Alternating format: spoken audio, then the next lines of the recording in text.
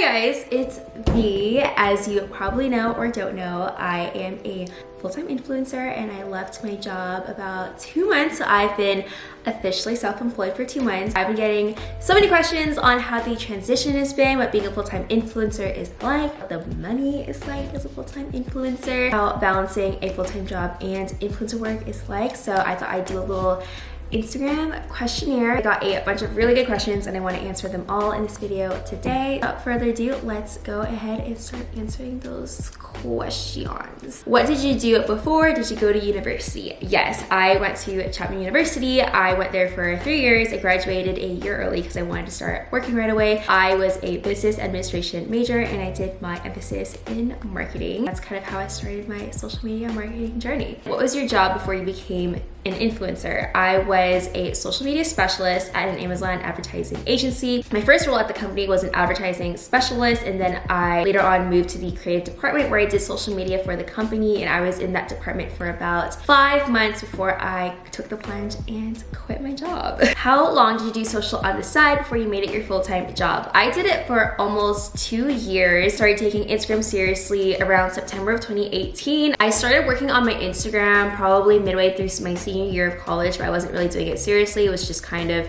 doing it for fun. I started my full-time job in November 2018 and then quit August 2020. So yeah, it was almost 2 years of basically working 2 full-time jobs, which is so crazy. How is life balancing a job, influencer things, a boyfriend, and a friendship? I didn't have a life. I basically had no idea what self-care was. Alone, my full-time job took up about 40 hours a week, and then my influencer side job would take up an additional 20 to 25 hours when I first started for about a year, and then once it amped up when I started my TikTok, it was more like an extra 30 hours. So I was working probably 70 to 75 hours a week starting 2020. As you probably know, I've been dating my boyfriend Eric for 5 years, and that actually wasn't super hard. He came over after work because he lives closer to my work than his house. It was super easy, really. I still text every day and stuff, but it didn't feel time consuming at all. As for friendships, I'm very fortunate that a lot of my friends kind of do the same thing, where they were either juggling a full-time job and doing influencer stuff on the side, or they just had a bunch of freelance things going on. So a lot of my friends stay pretty busy. I never felt like I wanted more out of a friendship just because we were all super understanding that we all had a bunch of hustles going on and stuff. And I don't recall most of them ever really having an issue with me having so many things on my plate. But yeah, it was pretty hard for 2 years. I didn't have a life. I sacrificed a lot of my weekends to shoot and work on content. I sacrificed a lot of my weeknights after work to shoot and do content and do admin work, emails and strategy, things like that. This is really where I get to breathe a little bit and just work one full-time job. How many streams of income did you have before quitting versus after? Before I quit my job, I probably had 3 or 4 main streams of income. I'm gonna say 3 or 4 because I counted TikTok and Instagram as 2 different streams. Since they're 2 different platforms, I had my full-time company pay, I had my Instagram collaborations, I had TikTok collaborations, and I did some selling on Poshmark on the side. It wasn't super stable, but those were the streams of income I had before quitting. After quitting, I still have TikTok and Instagram, but I now have YouTube. TikTok now pays for views. I have my affiliate links and affiliate marketing, reward style, magic links, the Amazon influencer program, things like that. So I would say I have a few more now than when I had quit. Did you have second thoughts about quitting, and how happy are you with your decision? I will be honest, the first month after I quit was a little rough for me, but that's because I put a ton of pressure on myself. I did kind of have second thoughts for a second. I didn't know what life was, not being on someone else's time. For me, I felt well, my entire life I was going to school, I was working for other people. I've never really had time to myself, and I've never been fully responsible for myself, and it was just really odd. I put a lot of pressure on myself in the beginning to structure my workday the way I did when I did have a corporate job, was in school and stuff, and I just found that I didn't know what my best schedule was, and I was just operating on a schedule that companies put in place so that all their employees can work on the same time. I found it very quickly that it did not work for me. Now I am so happy to have all my time to myself. I am so happy with my decision. I feel so much more connected to my community. I can put out the pieces of content when I want. I don't have to go through so many tiers of approval just to post social content, which is what I had to do at my previous job. There's not really an approval process other than when I submit content to brands because it's my content. I love it, and I no longer have second thoughts about quitting. I know it seems like a dumb question, but was it worth it genuinely, and why? I kind of touched on this in my last response, but I think it was so worth it. I felt like I spent my whole life just doing what I was supposed to do, you know, like going to school, doing extracurriculars, getting into college, getting a job. When I got my job, I was happy, but I sort of just missed like having the freedom to do things for myself. And I know not everyone has the privilege or the ability to go work for themselves, especially in the current environment, but I just knew from the get-go that I was never meant to work for someone. I definitely forced myself to stay in it because I thought, well, like this is what I'm supposed to do. I'm supposed to work an 8 to 5. I feel like it was definitely worth it, but keep in mind that I did build myself up to where I have multiple streams of income, and I have a small team of people helping me with my content and getting all my brand partnerships and stuff like that. It's not for everyone, but I knew it was something I wanted to do, so I made it happen, and I am so freaking happy. What has been your biggest challenge in this big change? I have really big imposter syndrome, and I tend to think that people aren't very interested in what I have to say. Growing up, I did a lot of things to impress other people or to get into college. Basically made myself a certain way so that I'd be more accepted by society. When this became my full-time job and my whole business, my whole brand became all about me, I get criticism, then, you know, like that hurts a lot more, I think. It's something I am actively working on, you know, putting myself out there every day, overcoming that imposter syndrome, being more confident in myself. It makes me so happy when people say that I've been helping them get more confident, because that's something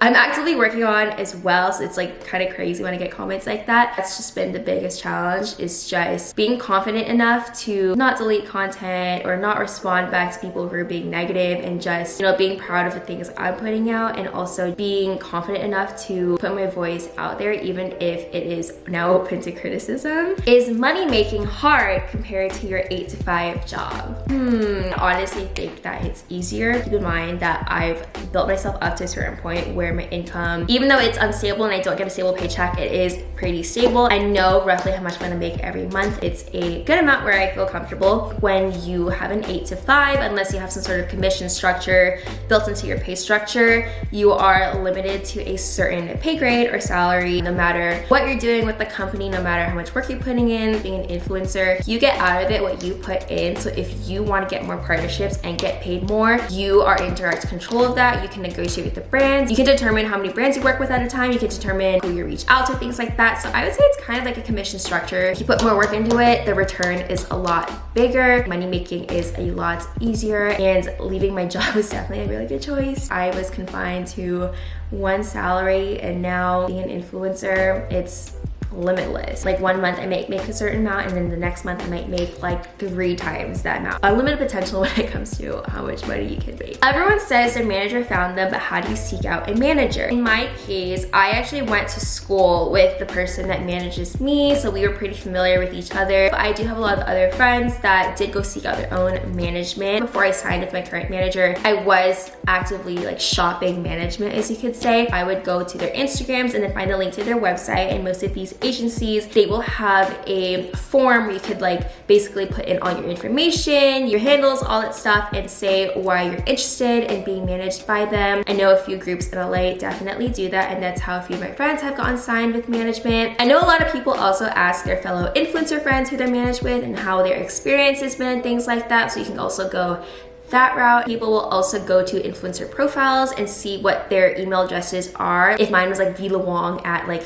management something, you can kind of tell like what company they're managed by, and then go find their Instagrams and then reach out to them through DM or email for a consultation call or something like that. Those are a few ways you can reach out to management companies and potentially find a manager. How did you get over the fear of putting yourself out there? I get this question asked a lot on Instagram, and my answer is pretty simple. Making yourself do it over and over and over again, and basically faking confidence until you make it. For me, that meant just posting pictures over and over and over again. When it came to TikTok, I actually was never gonna make a TikTok, but then was like, okay, you know what, I gotta try this. So I just kept making videos over and over and over again. Over time, it just becomes a discipline, and you really have to discipline yourself and force yourself to put out content, and that's how you gain the confidence to keep posting. A lot of people will make fun of you for putting out content and posting TikToks, posting Instagram, stuff like that, but deep down they want to do the same thing. Becoming an influencer and posting on social media takes seriously so much guts, and a lot of people aren't willing to do the same thing. And you never know when putting yourself out there could literally manifest itself into a whole ass career like it did for me. Tips for success. My number one tip for success is to be consistent and to be very disciplined in the way that you put out your content. I am personally committing myself to posting every single week, and I also commit to posting one TikTok every day. It's been a little harder recently, but one TikTok every day, 3 or 4 Instagram posts a week, because people love consistency and they can also really tell when you're working hard and when you're hustling and when you're not. Second tip for success is doing the research. By doing the research, I mean doing the market research. When you're doing your content planning, for example, on TikTok or YouTube, use a search engine like Google or Pinterest